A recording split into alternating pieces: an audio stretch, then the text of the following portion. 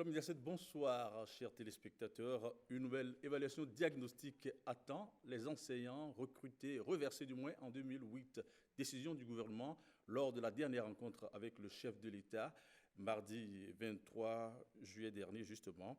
Un scandale financier de 7,9 milliards à la CCIB, résultat des derniers audits commandités au niveau de l'institution consulaire et la monnaie unique éco, quelle parité et quel niveau.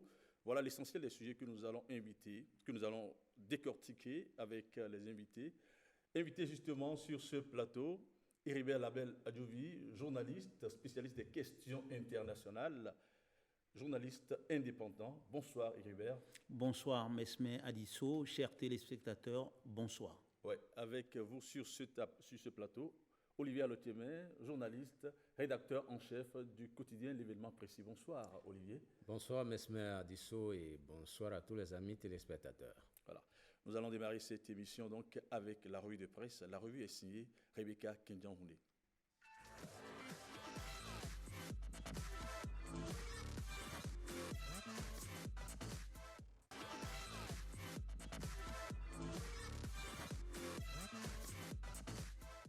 Amis de la revue de presse, bonsoir.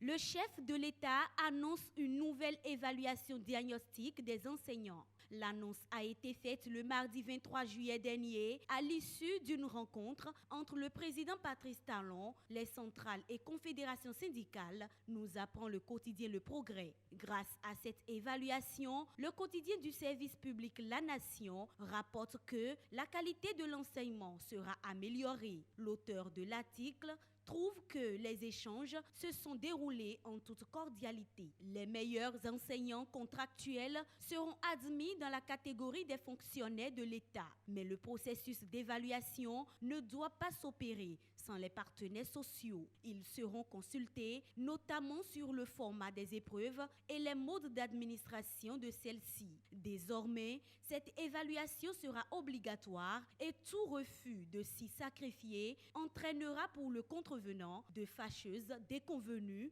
prévient le quotidien La Nation. Éducation toujours, mais cette fois-ci avec la presse du jour qui estime qu'il y a des avancées notables dans l'enseignement supérieur. Le journal évoque un entretien du ministre Marie-Odile Atanasso avec les internautes. Elle a passé en revue les actions phares dans son secteur, leur impact et toutes les opportunités qui s'offrent désormais aux étudiants. Cette semaine, on a également procédé à l'installation des membres des institutions de la République. La presse du jour écrit RAC et CES, 6e mandature, les membres installés, désormais investis dans leurs nouvelles fonctions. Fraternité relève les propos du chef de l'État Patrice Talon qui invite la HAC à opérer le miracle au niveau des médias. À en croire le chef de l'État, cette 6e mandature devrait travailler à initier une prise de conscience déontologique, apporter des réponses pertinentes à la problématique de l'amélioration des conditions de vie et de travail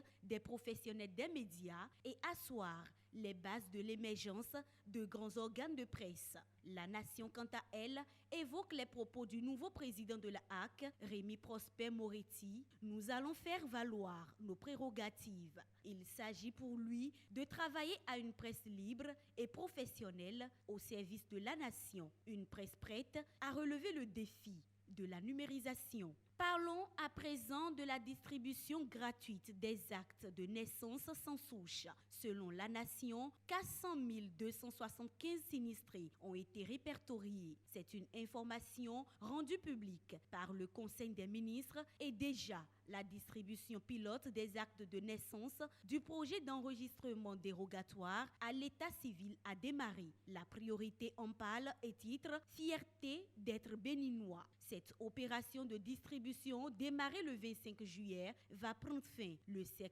août prochain. On reste avec le Conseil des ministres pour dire qu'un rapport d'audit sur la gestion de la CCIB sur la période 2003 à 2019 révèle qu'un scandale financier de 7,9 milliards de francs CFA éclabousse Soufiano et Sachivi. C'est l'événement précis qui donne l'information. Selon le journal, ce scandale financier remet en cause la gestion des anciens présidents de la CCIB. Au titre de ces irrégularités, 4,7 milliards ont été décaissés pour des marchés irrégulièrement passés, 2 milliards pour des avantages illégaux ou indus payés aux élus et aux agents de la Chambre et 1,2 milliard de dépenses compromises dans des placements financiers. Fraternité renchérie, un scandale financier de 7,9 milliards rattrape des ex-élus consulaires. Le Conseil des ministres révèle également que le gouvernement confie la gestion de la SONEB à un opérateur privé pour une durée de 4 ans. Il s'agira pour l'opérateur de procéder à la modernisation de l'entreprise publique à travers un transfert progressif de compétences et du savoir-faire au profit du personnel local. La priorité en déduit que le gouvernement sort la bonne thérapie pour l'efficacité, la rentabilité et la compétitivité de la SONEB. Sur le plan diplomatique, à présent, le Bénin reçoit du 28 au 30 juillet la visite du président indien. Pour la nation, c'est une première qui traduit l'excellente qualité des relations de coopération entre l'Inde et le Bénin et un grand coup diplomatique lorsqu'on se rend à l'évidence du poids commercial de l'Inde et de ses nombreuses performances. Enfin, la ville de Cotonou se prépare pour accueillir les festivités du 1er août. La priorité titre la place de l'Étoile Rouge, fermée à compter d'hier samedi. Cela pour permettre le pavoisement de la rue, l'installation des signalisations et des panneaux à l'effigie des 59 ans d'indépendance. Le Progrès révèle le plan de circulation induit par les déviations. C'est tout pour cette revue de presse. Rebecca Kendiaoundé à la présentation.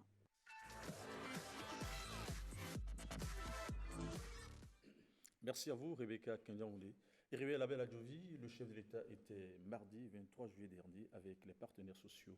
Avec eux, il a partagé une décision gouvernementale, à savoir qu'une nouvelle approche, une nouvelle évaluation diagnostique attend les enseignants reversés en 2008.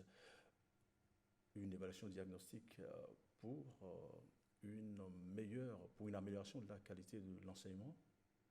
Je pense que d'abord, il faut féliciter le gouvernement parce que dans le secteur de l'éducation, on a vu un certain nombre de réformes depuis 3 ans qui, d'une manière ou d'une autre, ont donné les résultats qu'on a vus avec les examens qu'on a eus, que ce soit le CEPE, le BEPC, le bac de cette année, et qui sont donc des résultats encourageants. Maintenant, pour revenir à la question de l'évaluation diagnostique, je crois, des enseignants, que ce soit communautaires ou vacataires, qui ont été reversés dans la fonction publique.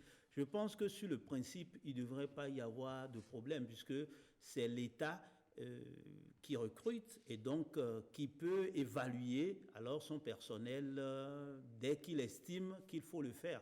Maintenant, dans la pratique, si c'est une manière peut-être parce que c'est à ce niveau-là que le problème pourrait se poser, puisque pourquoi on en est arrivé là? C'est parce que justement dans ce pays, avec le programme d'ajustement structurel dans les années 80, notamment 86-87, on a été amené pendant 10 ans à ne pas recruter dans la fonction publique. Donc aujourd'hui, ceux-là ont apporté de la plus-value à notre enseignement, même si ça peut être interprété de plusieurs manières, parce que la qualité aussi, depuis là, s'en ressent. Mais pour ne pas aller trop loin, je dirais, une évaluation diagnostique, pourquoi pas, sauf que il ne faut pas que ce soit un moyen pour écarter beaucoup, parce que, vous m'excusez beaucoup en tant que fils d'enseignant, je trouve que même si ces enseignants-là, qui étaient communautaires, qui étaient vacataires, qui ont été recrutés,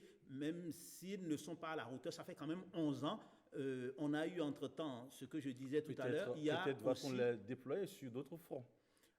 Mais en fait, Quand nous voyons aussi qu'il y a eu la fermeture à un moment donné des écoles normales et autres, quand même on a eu avec nos partenaires, nos divers partenaires de l'éducation, notamment les ambassades et autres, je pense à l'USAID à travers l'ambassade des États-Unis, je pense à beaucoup d'autres partenaires, la France et autres, on a eu quand même des formations continues de ces communautés et vacataires durant toutes ces années. Je pense qu'une évaluation diagnostique, oui, mais que ce ne soit pas pour en écarter le plus grand nombre.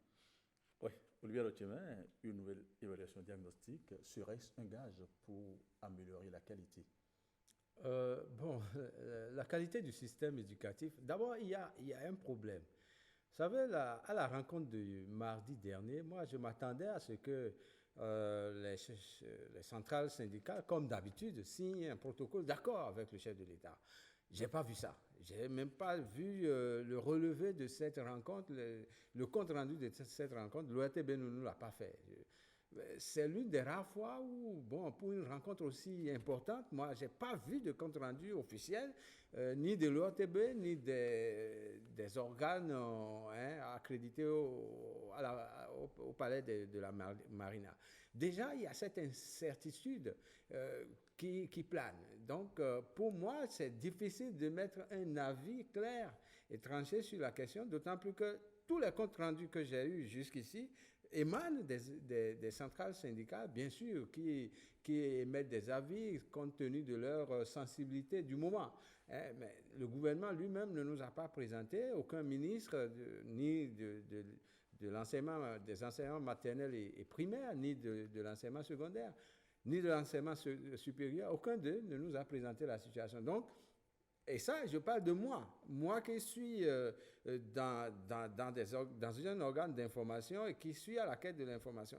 L'enseignant qui est à Natengou, celui qui est à Ketou, celui qui est à Lokossa, il est dans un embarras encore plus grand pour pouvoir se décider, pour savoir est-ce que cette évaluation vaut vraiment le coup ou pas.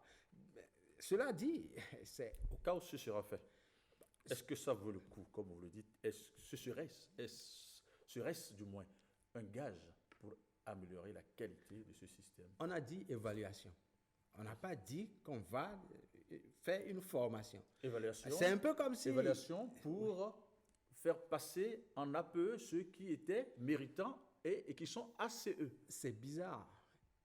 Vous savez, en 2008, moi qui vous parle, j'étais vacataire dans un collège public de Cotonou. Je pouvais être reversé. Et je fais partie peut-être des rares, ou même, je ne sais pas si j'étais le seul. À l'époque, j'avais refusé. J'avais dit, ce truc-là, ça va amener quelque chose de très grave plus tard. Bon, je n'ai pas été reversé, donc j'avais refusé moi-même. Donc, ce que nous voyons aujourd'hui, c'est la résultante de ce qui s'était passé à l'époque. Mais plus de 10 ans après, il est clair que ces gens ont subi des formations. L'école normale supérieure et les écoles normales d'instituteurs ont eu à former ces gens. Ils ont reçu des diplômes délivrés par ces écoles qui aujourd'hui forment, par exemple, pour le secondaire, le BAPES et le CAPES, par exemple, n'est-ce pas? Pour les enseignants du secondaire, le CAP ou bien le CEAP, oui, CEAP pour les enseignants du primaire.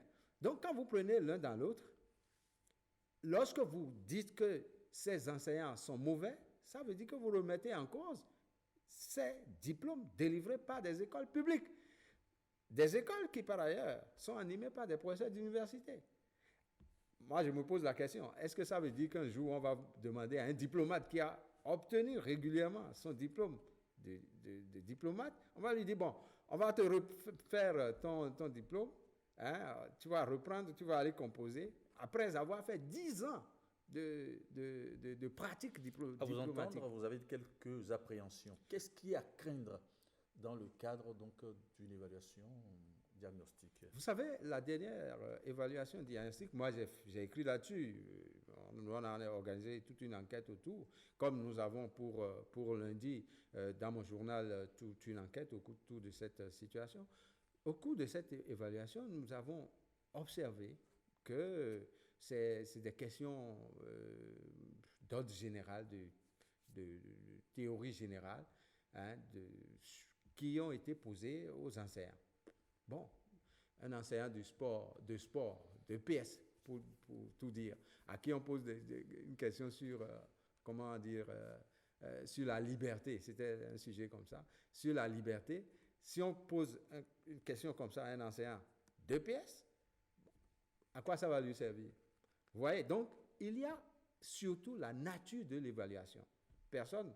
Vous en avez parlé dans le temps, peut-être est-ce oui. déjà pris en compte? Voilà, donc, si les négociations permettent de prendre en compte les observations. Moi, avant de venir ici, j'ai entamé avec mes confrères des consultations, une Vox Populi au sein des enseignants que nous allons publier. Eh bien, les inquiétudes qui émanent de ces enseignants et des syndicalistes aussi, c'est que bon, ils ne savent pas de quel type d'évaluation on parle.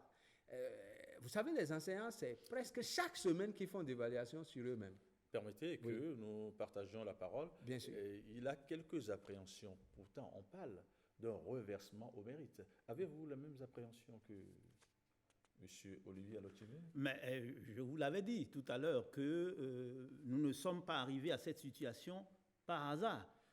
Parce que, justement, pendant une décennie, il n'y a pas eu de recrutement dans la fonction publique. Deuxièmement, à un moment donné, on a fermé les écoles normales. Ces écoles sont réouvertes. Et on a quand même des enseignants, notamment, qui sont recrutés depuis maintenant 11 ans et qui ont suivi régulièrement les évaluations. Doit-on maintenir au poste des enseignants peu qualifiés? Doit-on les maintenir au poste alors que vos enfants en ont besoin? Vos enfants ont besoin d'enseignants de qualité. Doit-on maintenir au poste des enseignants peu qualifiés?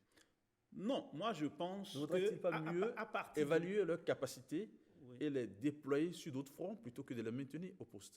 Non, moi je pense que en 10 ans, s'ils étaient à un certain niveau et qu'ils ont reçu régulièrement des formations, que ce soit pendant les congés comme pendant les vacances, et que le niveau n'a pas été relevé, il faut aller chercher le problème ailleurs. Parce que vous savez bien qu'il y avait de grèves cycliques. Et si on parle également de grèves cycliques, on va parler de ce que, à des moments donnés, les autorités publiques n'ont pas été souvent toujours responsables pour régler les problèmes. On attend d'abord que les problèmes se posent, il faut les régler en amont. Donc, moi, je voudrais dire concrètement, évaluer les enseignants, c'est une très bonne chose, mais si cette évaluation va déboucher sur, comment on appelle, l'élimination, si je peux m'exprimer ainsi, d'un bon nombre d'entre eux, avec la manière dont nous savons, la moralisation, c'est dans tous les secteurs. On n'est pas sûr que ce soit forcément les plus méritants qui s'en sortent, première chose, et deuxième chose, ceux qu'on veut laisser, comment on appelle, on veut mettre au chômage éventuellement, alors ils vont aller grossir le nombre des chômeurs. On en a beaucoup déjà dans le pays. Moi, je pense... Non, je crois qu'il vaudrait mieux réfléchir. Il vaudrait mieux aller dans le sens...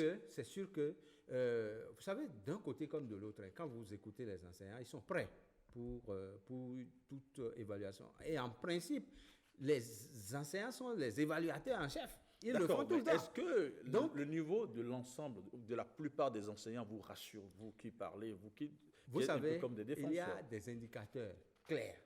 Ouais. L'indicateur le plus parlant, c'est le bac qui a eu lieu et qui a donné un résultat meilleur à ce que nous avons vu depuis 1973. Cela veut sûrement dire que l'évaluation diagnostique ira en leur faveur. Non, c'est le résultat de la maturation du produit. Les enseignants, ils ont été 18 000 à être reversés en 2008. Ils ont subi des formations académiques et professionnelles. Ils ont subi des recyclages en cours de chemin. Et donc, actuellement, nous sommes en train de bénéficier de tous ces apports. C'est le résultat de cette année au bac montre clairement que le produit a été bonifié avec le temps. Raison suffisante donc pour aller dans ce sens. Donc, ce n'est pas le moment de chasser des gens qui ont eu le temps d'être matures dans la pratique. C'est un peu comme si vous formiez ici des journalistes, n'est-ce pas, qui ont fait 10 ans Et au bout de 10 ans, vous dites, bon, on va les évaluer par rapport aux théories qu'ils ont apprises il y a 10 ans. Et comme ils ont oublié certainement cette théorie-là, vous dites, non, on va les renvoyer. Alors que c'est des praticiens. Et vous voulez les faire évaluer par des gens qui n'ont jamais tenu de micro devant le public. Vous voyez l'aberration. Donc c'est pour ça que... pour l'instant, vous ne savez pas qui évalue qui. Pour le moment, il y a beaucoup d'incertitudes, donc c'est difficile de mettre un avis Les communications à venir sur la vont question. sûrement nous situer là-dessus. Oui. Moi, je voudrais juste dire une évaluation diagnostique pour les enseignants, pour voir leur niveau. Il n'y a pas de problème. Mais moi, je voudrais inviter les autorités de notre pays, en premier, le chef de l'État, le président Patrice Talon, à faire en sorte que, après cette évaluation diagnostique, s'il y a des enseignants qui sont éventuellement défaillants, qu'on puisse les former davantage, mais pas les sortir du jeu. Il faut qu'on ne crée pas une autre crise sociale. Merci. Nous allons dire un mot. Je voulais ajouter un mot sur la problématique de l'enseignement. Vous savez, le problème est vraiment mal posé. Moi, j'ai fait tellement d'enquêtes sur ce truc que, franchement, quand je regarde ça, dans ce Cotonou, je ne parle pas de Nati Tengou, je ne parle pas de Parakou, je ne parle même pas de Lokossa. Dans ce Cotonou, la plupart des élèves n'ont jamais acheté de livres. Les parents n'achètent pas de livres à leurs enfants. Et vous allez voir, jusqu'au premier ou même au second trimestre de l'année scolaire. Comment les enfants s'en sortent? Ben c'est ça le problème. Dans les écoles publiques, allez voir.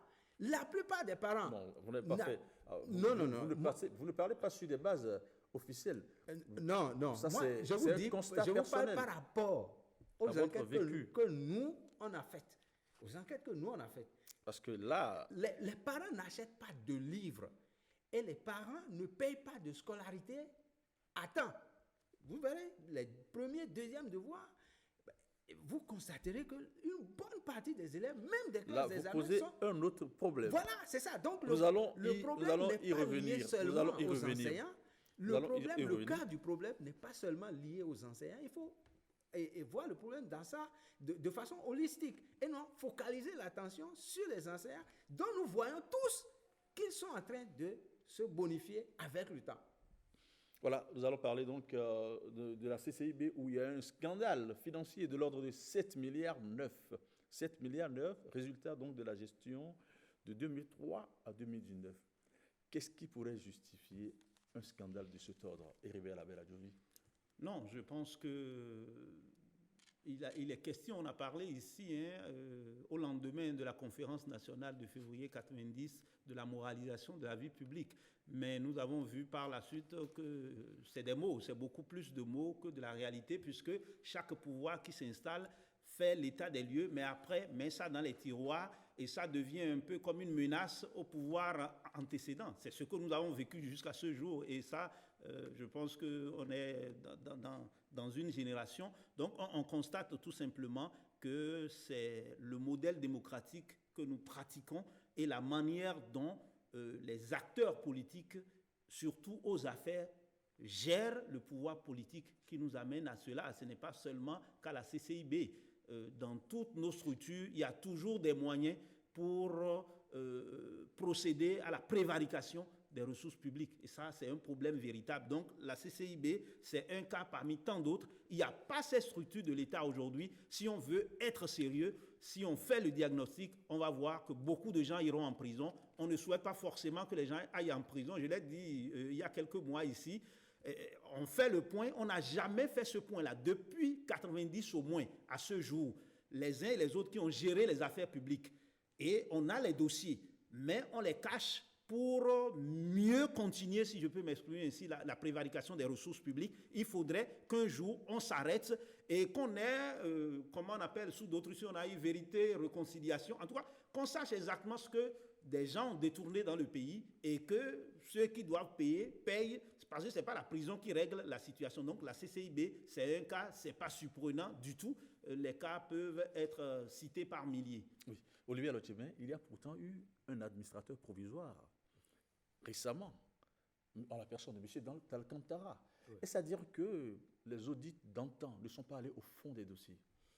Vous savez, la CCIB, même Zokli est cité dans ceux qui auraient aurait commis des impairs, je n'en sais rien. Vous savez, quand vous allez à Porto-Novo, à l'entrée de Porto-Novo, il y a le musée national de la corruption. Mais quand vous...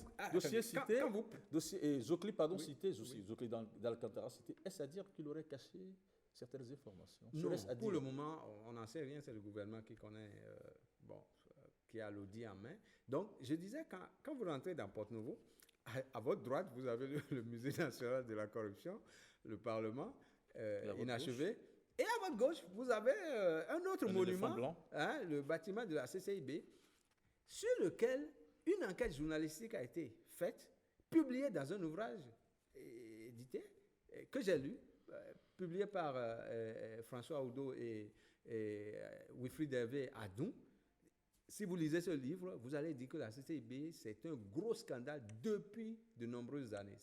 Ça ne date pas d'aujourd'hui. Justement, la CCB, ce n'est pas d'aujourd'hui qu'on en parle.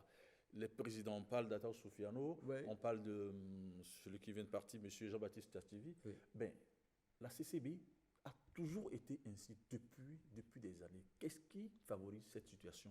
C'est probablement l'absence des structures de contrôle dans cette maison.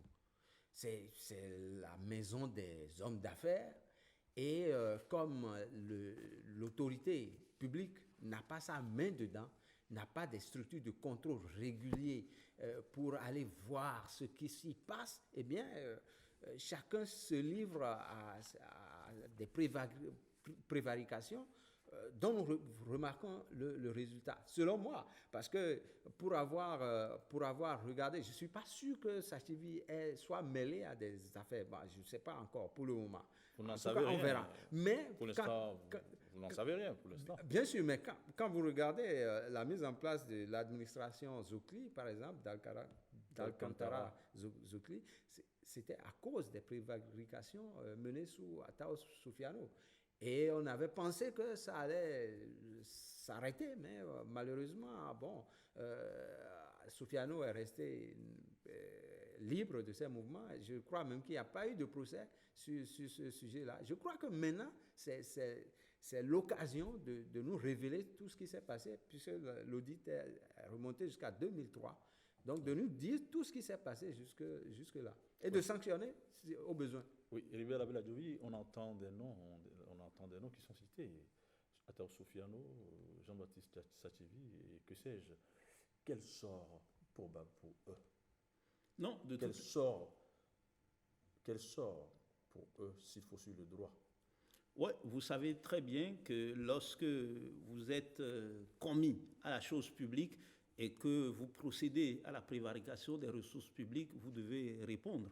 Vous devez répondre devant la Doit-on justice. suivre le droit ou être sentimentaliste? Puisque tout à l'heure, votre souhait était qu'on n'envoie pas prendre les gens en Non, prison. non. Je faisais un diagnostic général par rapport à la gestion de la chose publique dans le pays et dans tous les secteurs. Je pense que à la CCIB, comme nous souhaitons que ça ne s'arrête pas qu'à la CCIB, mais pour revenir précisément à la situation de la CCIB, je pense que le confrère Olivier Alotiemé le disait exactement. Je pense que toutes les fois où vous mettez les pieds à Porto-Novo, vous voyez ce grand bâtiment là, je ne sais pas combien de milliards cela coûte, mais qui n'a jamais été mis en service, c'est déjà un problème.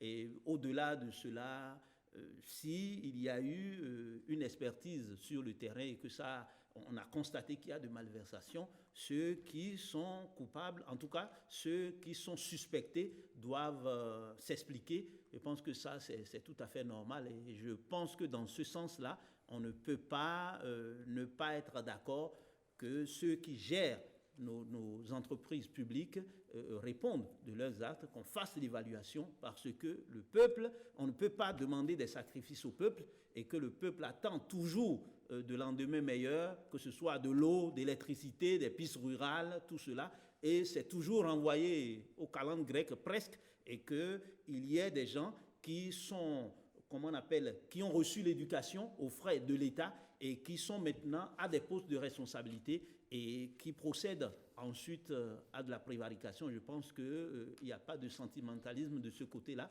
Il faut que les uns et les autres répondent de leurs actes. Ceci dit, il va falloir qu'on aille beaucoup plus loin, et c'est par là que j'avais commencé, il va falloir aller beaucoup plus loin parce que je ne suis pas sûr qu'il y ait une seule structure de l'État dans notre pays où, si on voit clairement, il n'y a pas eu de la part de l'architecture administrative, c'est-à-dire des failles qui permettent à ce que les gens procèdent à la prévarication des ressources de l'État. Peut-être un petit mot à ce niveau. Vous savez, la CCIB est habituée à ça. On va faire du bruit à la fin du mandat de Sativi, on va dire détournement, etc. Et puis après, on va passer par perte et profit et une autre administration s'installe et puis les mêmes choses se répètent. Je crois que c'est le moment maintenant de faire, comme l'a dit Heribert Adjovi, de faire respecter la loi, que ceux qui sont coupables de quelque chose puissent en répondre devant la loi pour arrêter le carrousel, comme dirait De Gaulle. Voilà. Voilà, nous allons parler de la nouvelle équipe des conseillers de la RAC. Cette équipe a été installée récemment par le chef de l'État. Vous savez un peu, c'est une équipe majoritairement composée de personnalités politiques. Est-ce un atout pour l'instance de régulation ou une faiblesse? Vraiment, moi, je dois vous avouer, chaque fois que j'écris sur la HAC, je dis il faut réviser la Constitution.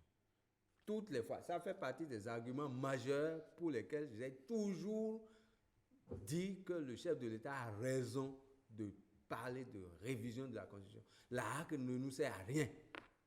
La configuration actuelle. Nous n'avons pas besoin d'instance de régulation. On en a besoin, mais dans sa configuration actuelle, est inutile. Non, elle est inutile. La loi organique sur la HAC. Que reprochez-vous à la RAC à ce point? La HAC est une institution sous ordre où tout est réduit à la personne du président. Il peut prendre... le président de la RAC qui donne des instructions oui, au conseil. Oui, il prend des décisions, il peut rester dans son bureau. Ils ne sont pas obligés d'obtempérer. Ah, mais ce qu'on a vu dernièrement avec la fermeture de certains organes de presse, Nouvelle Tribune, Béninois Libéré, fermeture qui, par ailleurs, a été condamnée par la justice, eh bien, c'est le président seul qui est resté dans son bureau et qui a pris des décisions et aucun conseiller ne peut l'en empêcher. C'est ça le drame en plus. Aucun conseiller n'a la faculté de l'en empêcher. Vous n'avez pas répondu à ma question. Je n'ai pas dit qu'il ne faut pas d'organes de régulation. Il en faut. D'accord, mais vous n'avez pas encore répondu à la question. Oui. La présence majoritaire de personnalités politiques au sein de la RAC, est-ce une chance pour la RAC ou une faiblesse? Ah, chez moi, c'est une faiblesse. C'est une grosse faiblesse. Il faut que ce soit des professionnels des médias qui soient là et régulent leurs confrères. C'est comme ça que ça doit se passer. Et la HAC doit servir à garantir la liberté de presse. Un handicap, je ne sais pas en quoi vous y voyez un handicap, puisque la déontologie est axée sur des textes juridiques. Et la déontologie tire sa source de la moralité ou de la morale. Oui. À partir de cet instant, est-ce qu'on a besoin d'être journaliste pour réguler une instance de régulation des médias? Lorsque c'est le politique qui régule les médias, il régule les médias en tenant compte de ses intérêts du moment. C'est pour ça que la BBC, par exemple, en Angleterre, échappe totalement à l'autorité publique, puisque la BBC, c'est le Parlement qui vote un budget qu'il met à la disposition de la BBC. Si on faisait la même chose, par exemple, pour l'ORTB, et donc que ce soit le Parlement qui vote un budget pour l'ORTB deviendrait libre. La HAC doit assurer une régulation permettant une expression contrôlée de la liberté de presse. Ce que nous voyons aujourd'hui, c'est comme un organe d'embrigadement des libertés. Et j'espère que la nouvelle mandature ne va pas se lancer dans cette... Vous me surprenez parce que la RAC, par essence, est là pour protéger les médias. Ça, c'est l'essence. L'essence, dans la pratique, ce n'est pas ça. Nous allons écouter Heribert Adjovi là-dessus. Non, moi je pense que le tort est partagé parce que autant on a des choses à reprocher à la HAC, et il y en a beaucoup, parce que justement déjà le fait que le président de la HAC et la majorité des membres, ça vient de la présidence de la République et l'Assemblée nationale, donc deux politiques, ça pose déjà un problème. Je pense que le chef de l'État, le président Patrice Talon, avait souhaité d'ailleurs que ce soit des professionnels des médias qui prennent la tête, mais je pense que ça ne suffit pas. C'est pour ça que je dis qu'autant on peut reprocher à la HAC, d'autres parleraient même de la HACH, parce que la HAC est normalement là pour aider aussi à ce que non seulement la presse se professionnalise, mais que les libertés soient garanties. Mais on a eu des HAC qui travaillent vraiment à, entre griffes, assassiner la presse, presque. Mais autant on peut reprocher des choses à la HAC, il faudra regarder dans la maison des professionnels des médias, parce que lorsque vous regardez, en fait, le souhait, c'est d'avoir des groupes de presse forts. Mais lorsque vous avez des organes de presse qui sont gérés par des hommes et qui n'ont pas la vision de la gestion de l'entreprise et que les profits reviennent, moi je suis indépendant, je suis bien placé pour parler sans être inquiété outre mesure, et qui sont gérés pas comme une entreprise qui permet également la promotion du personnel dans tous les aspects qu'il faut. Et juste seulement des organes de presse, que ce soit la presse écrite, la radio, la télévision, qui sont là seulement pour permettre au promoteur de s'épanouir, lui et sa famille et ses proches. Ça pose un problème, parce que si des gens sont avec vous et travaillent dans l'entreprise, vous devez penser à leur avenir dans 5 ans, dans 10 ans, dans 15 ans, dans 50 ans, et nourrir des partenariats. Lorsque vous avez des partenariats, parce que à l'installation de la HAC, vous avez bien entendu, le chef de l'État a ironisé et a parlé de vénalité et de l'amateurisme de la presse. Parce que justement, pendant longtemps, depuis le renouveau démocratique et surtout avec Kérékou II, on a eu beaucoup d'aide, non seulement à la presse à travers les organes de régulation et autres, mais on a eu aussi beaucoup de contrats de la part de l'État. Et donc, les responsables de ces organes de presse n'ont pas fait le travail nécessaire pour que, c'est-à-dire, l'essentiel soit pérennisé, pour bancariser, je ne sais pas si je peux m'exprimer ainsi, ce qu'on a là, pour que s'il arrive un jour que dans le sens de la liberté que nous recherchons, alors les pouvoirs publics nous bloquent le marché, et c'est ce que le pouvoir du président Talon a essayé de faire, que les organes de presse soient en mesure de s'auto-gérer et de pouvoir garantir leur liberté. Lorsque vous ne pouvez pas le faire ainsi, alors si on vous appelle, on vous impose ce qu'on veut. Et je pense que là, les politiques ont eu raison alors des organes de presse que nous avons dans le pays. Donc autant on peut estimer qu'il y a des choses à reprocher à la HAC, mais quand on revient au niveau de la corporation, il y a encore du travail à faire, parce que l'État quand même a essayé depuis plus d'une décennie de nous aider à ce que la presse se professionnalise. Ok, alors vos attentes par rapport à cette équipe-là, M.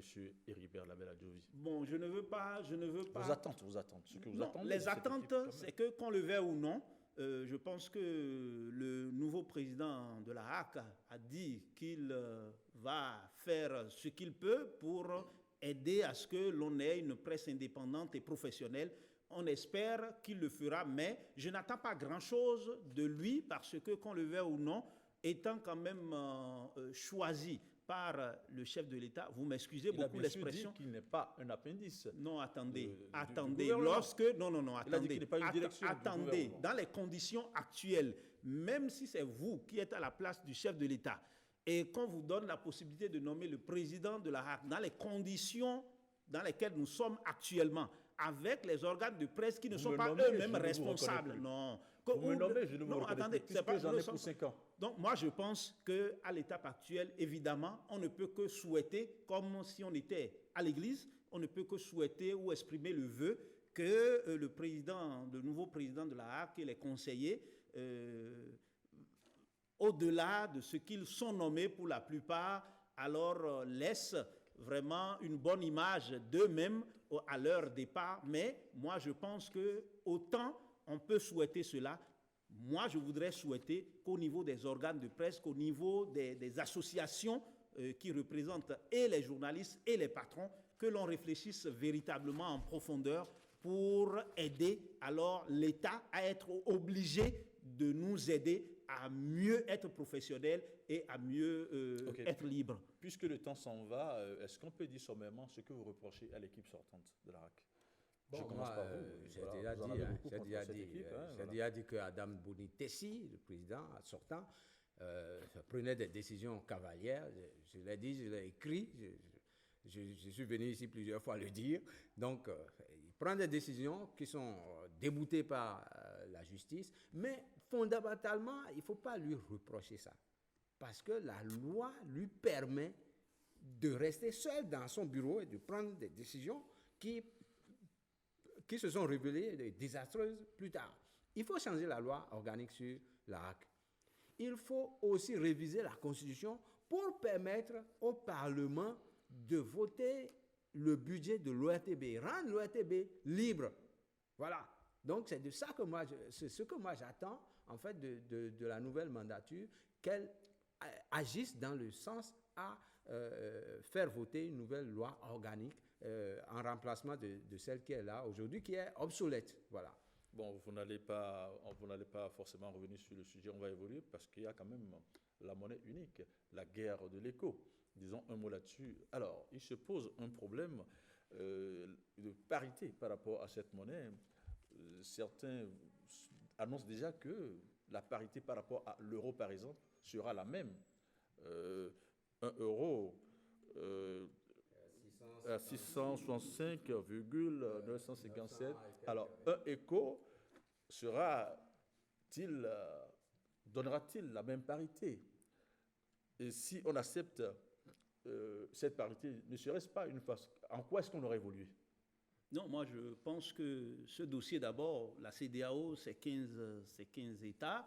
La CEDEAO, c'est plus de 300 millions d'habitants, dont déjà 180 millions pour le seul géant de l'Est, le Nigeria.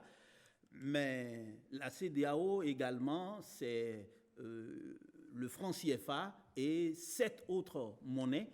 Et donc, pour que tous ceux-là, d'ici 2020, d'ici quelques mois, se retrouvent ensemble avec cette fois-ci l'écho, je pense qu'on en est encore loin. Et dans ce sens-là, c'est quand même un grand financier, un sachant, si je peux m'exprimer ici, qui en avait parlé parmi tant d'autres, feu Marcel Desouza, ex-président de la commission de la CEDEAO, qui disait que ce n'est pas évident qu'en 2020, on serait déjà prêt pour avoir cette monnaie commune. Je pense que c'est un rêve de plus de 30 ans. Et si l'on veut y aller, c'est une très très bonne chose, mais sans dire forcément, comme les présidents ivoiriens Alassane Dramane Ouattara ou sénégalais Macky Sall, qu'il faut se conforter dans le franc CFA, il faut quand même faire en sorte que l'on ne se... Il faut faire la différence entre vitesse et précipitation. Oui, et donc, sait-on jamais, on peut commencer. Les autres pays de la CEDEAO peuvent commencer. En attendant, le Nigeria et le Ghana. Oui, mais le problème, si on veut commencer et avoir, un CFA bis, ça ne nous avance pas particulièrement. Si l'on veut changer, il faut que l'on change. C'est pour ça que la question fondamentale, est-ce qu'on veut avoir un CFA bis? Si c'est un CFA bis, il vaut mieux rester là où on en est, mais je ne pense pas qu'il faut un CFA bis parce que si on a vraiment une monnaie commune pour les 15 États avec le nombre que nous constituons et vraiment ce marché qui peut nous garantir bien des choses, je pense qu'il faut y aller, mais là, il faut y aller vraiment parce que les taux de change avec les fluctuations, l'inflation, tout ça, qui n'est pas les mêmes dans les différents pays avec le franc CFA et les 7 autres monnaies, il faut faire quand même attention. Il faut aller vite, mais pas de façon précipitée. Oui, à propos de la question de la parité, si on maintient la parité actuelle du CFA à l'écho, ne serait-ce pas une façon d'étendre la servitude monétaire connue aux autres pays qui avaient quand même leur propre monnaie, les autres pays comme le Nigeria et le Ghana? Eh bien, Mesmer Disso, vous posez là un problème que j'ai évoqué le vendredi passé dans mon éditorial, que j'ai intitulé justement la guerre de l'écho. Ah, la guerre de l'écho. Exactement, la guerre de l'écho. Et parce que j'ai lu pas mal de choses et j'ai déjà écrit au moins une dizaine d'articles sur le sujet. Eh bien, si on maintient la parité, mais ce serait CFA bis. Or, la parité actuelle est nuisible à nos exportations. Ça ne permet pas aux exportations béninoises d'être compétitives sur le marché. C'est-à-dire que vous envoyez vos produits dans d'autres pays, ces produits coûtent beaucoup plus cher. La lutte de toutes les monnaies aujourd'hui, c'est de faire en sorte qu'elles soient un peu faibles pour permettre la compétitivité À des vous entendre, exportations. on n'a pas besoin d'avoir une monnaie unique forte. Nous, on est des pays pauvres. Si nous avons des monnaies aussi fortes que l'euro, que le dollar, mais nous n'irons nulle part. Ça pose quel problème? Ça pose un problème de compétitivité de notre économie et même de souveraineté monétaire. C'est-à-dire qu'aujourd'hui, nous avons une monnaie que nous ne pouvons pas utiliser. En fait, nous ne pouvons pas l'utiliser, par exemple, en France, on ne peut pas l'utiliser, même au Nigeria, ici, vous ne pouvez pas utiliser le CFA. Hein, c'est déjà un handicap. Et la politique monétaire même nous échappe. Parce que nous ne pouvons pas baisser les taux d'intérêt, augmenter les taux d'intérêt selon l'environnement économique, selon la situation économique. Nous ne pouvons pas faire fluctuer la monnaie pour en faire bénéficier à nos exportations, comme le font la Chine, les États-Unis, les pays de l'Union européenne. Nous ne pouvons pas le faire. Notre souveraineté économique dépend de notre souveraineté monétaire. Et ce lien-là, c'est ça que nous voulons faire maintenant. C'est ce lien avec l'économie monétaire là que nous voulons établir maintenant en instaurant une nouvelle monnaie qui va nous propulser. S'il en est ainsi, il faut que l'éco soit une monnaie faible, mais bien sûr sur la base de critères de convergence. Il y a 7 critères de convergence, parmi lesquels l'inflation, le taux d'inflation. Par exemple, si vous prenez notre cas, le Bénin. Il y a le déficit budgétaire. Le déficit budgétaire aussi. Si vous prenez le cas du Bénin, nous avons fait un taux d'inflation en 2018 d'environ 2%. Au Nigeria, en juin dernier, ils étaient à 11%. Et ça ne leur pose aucun problème parce que la structure de leur économie répond bien. Au Ghana, en juin dernier, c'était autour de 18%. Comment faire pour faire converger tous ces taux d'inflation quand on parle de taux d'inflation? Est-ce que ces États-là vont accepter de renoncer donc à cette politique ou à leur souveraineté? Justement, il y a aussi l'autre paramètre. Est-ce que le Nigeria, qui a sa planche à billets, à tout moment, ils peuvent frapper leur monnaie pour payer leurs fonctionnaires, etc. Nous, ce n'est pas le cas chez nous. Au Ghana, c'est pareil. Est-ce qu'ils vont accepter de renoncer à cette liberté qu'ils avaient? Nous allons entendre quand même Heribert là-dessus. Donc, je voulais conclure en disant ceci. Oui, ça pose un problème. Est-ce que tous ces pays vont accepter? Et c'est justement à cause de ça que le Nigeria et le Ghana sont réticents surtout à accepter que l'éco soit arrimé uniquement à l'euro et souhaitent plutôt qu'il y ait un panier de devises pour permettre une flexibilité de nos taux de change. Oui. Heribert Labelle-Adjovi, nous faut-il une monnaie forte? À l'entendre, si nous avons une monnaie forte, nos produits vont souffrir à l'exportation. Ils vont souffrir de... Oui, c'est évident qu'en même temps que nous n'avons pas besoin d'une monnaie forte, nous avons besoin de nous mettre ensemble. Parce que même quand vous prenez l'un des cas réussis d'union monétaire, l'euro, vous savez très bien que tous les pays ne sont pas logés à la même enseigne. Vous le savez très bien.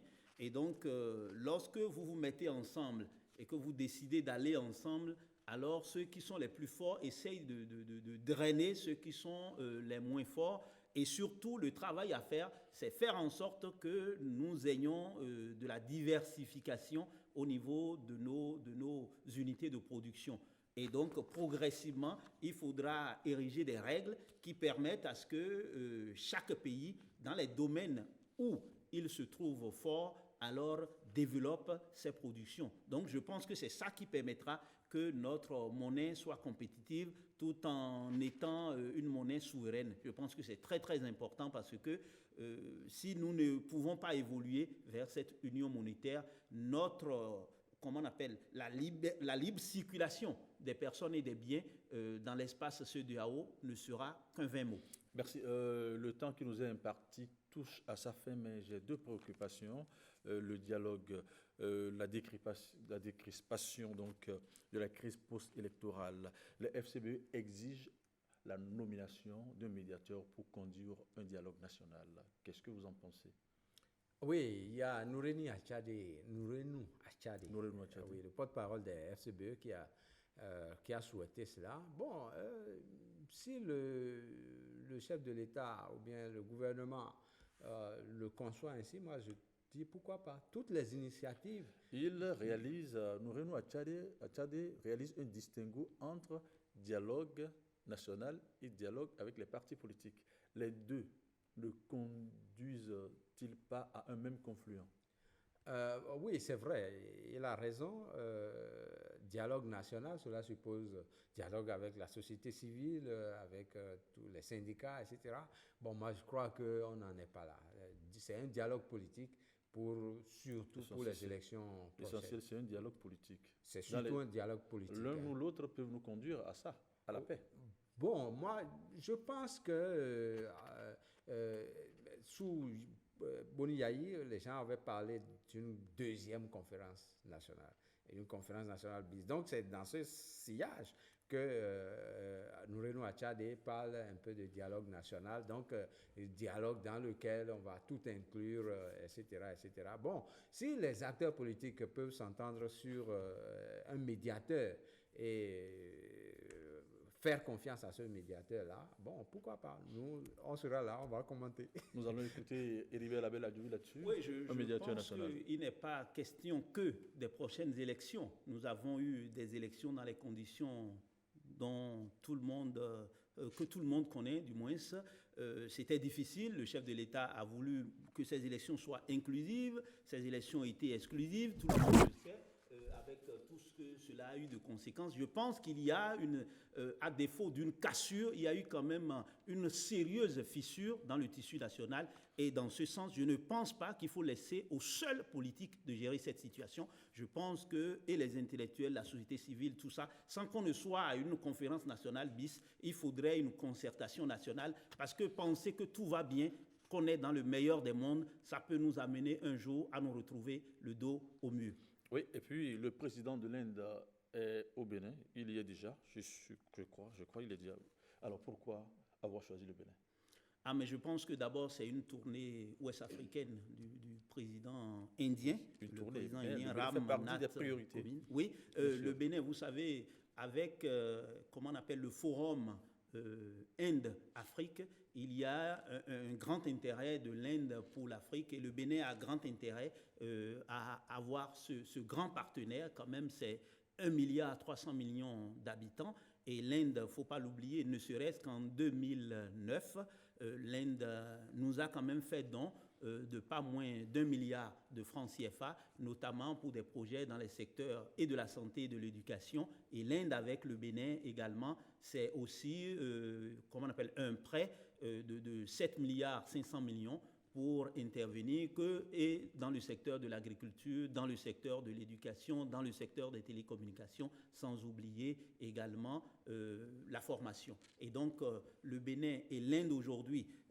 en étant ensemble dans le forum Inde-Afrique, nous avons beaucoup à tirer de ce partenaire asiatique et je pense que ce soit avec le chef de l'État, avec la signature de beaucoup d'accords, que ce soit au Parlement et la rencontre avec la communauté indienne au Bénin, vous savez, les Indo-Pakistanais, avec le commerce et autres, nous avons beaucoup à tirer de l'Inde qui, surtout, exonore beaucoup de nos produits à l'exportation. Merci, Heribert Labelle-Adjoui. Olivier Alochevin, Oui, le président indien au Bénin. Oui, c'est une très bonne chose. Déjà parce que nous vendons nos acajou à l'Inde, prioritairement.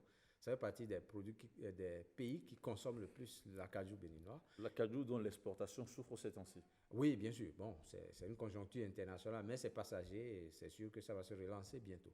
Donc, l'Inde, c'est une offensive diplomatique qui fait un peu pièce à ce qui se passe du côté de la Chine, parce que les deux pays sont concurrents, la Chine et l'Inde.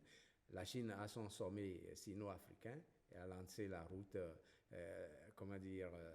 le projet de la route de la soie. Et la Chine a trouvé son challenge. Donc, il y a aussi l'Allemagne qui est en train de se lancer ainsi, parce que l'Afrique est le continent de demain. Lorsque nous voyons ces choses-là, eh bien, moi, particulièrement, je me dis, les autres sont en train de percevoir que notre continent est le continent de demain. Qu'est-ce que nous faisons pour être au Bénin ici, pour être dans cette mouvance? Parce qu'il ne s'agira pas seulement de leur vendre de la matière première. Il faut que nous-mêmes, nous puissions transformer nos matières premières en produits finis. Donc, c'est une très bonne chose. Ça montre simplement que le Bénin a une très bonne place sur l'échiquier international. Et on peut juste ajouter que cette visite du président indien fait suite à une visite d'amitié et de travail du président Patrice Talon en mai 2017 en Inde. Et voilà. Donc c'est la suite logique. Ouais. Alors, dernière préoccupation, la SONEB mise sous mandat de gestion. Réaction. Ah oui. Bon, en fait, c'est le mode de gestion qui change. L'État reste l'actionnaire unique. Oui, Donc, c'est le mode de gestion qui change. C'est un peu comme la SBE aussi. La SBE a changé de mode de gestion, même si ce n'est pas perceptible au vu du public. Eh bien, il y a un autre mode de gestion qui est en place. Donc, je crois que c'est la même chose. Mais le public ne va probablement pas sentir ça. Ce serait aberrant aujourd'hui qu'on nous dise que le privé va s'accaparer de tout le capital social de la société. Ce serait aberrant. Ça n'a pas été la même chose. Certains ont parlé de privatisation de la SONEB et je me suis demandé si ça même ce qu'on appelle privatisation. C'est le mode de gestion qui change, c'est tout. Oui, moi je pense que ce soit l'État, que ce soit le privé c'est peut-être beaucoup plus rigoureux. Ce qu'on va souhaiter, si cela n'augmente pas le prix, comme le disait Olivier Alotiémé, tant mieux. Si on a le même prix, si on a un service meilleur au même prix, ce sera tant mieux pour le peuple quand même qui souffre déjà beaucoup. Héribert Labella-Djovi, journaliste, spécialiste des questions internationales, indépendant. Merci d'être venu sur ce plateau. C'est moi. Vous étiez donc avec Olivier Alotiémé, journaliste, rédacteur en chef du quotidien L'événement précis. Merci d'être venu sur ce plateau. C'est moi. Rendez-vous sous peu. Mesdames, Messieurs, ce sera tout donc pour Club Média 7 de ce dimanche. Rendez-vous dimanche prochain. Entre-temps, vous pouvez en suivre la rediffusion après le tout dernier journal de ce jour. Portez-vous bien. Bye bye.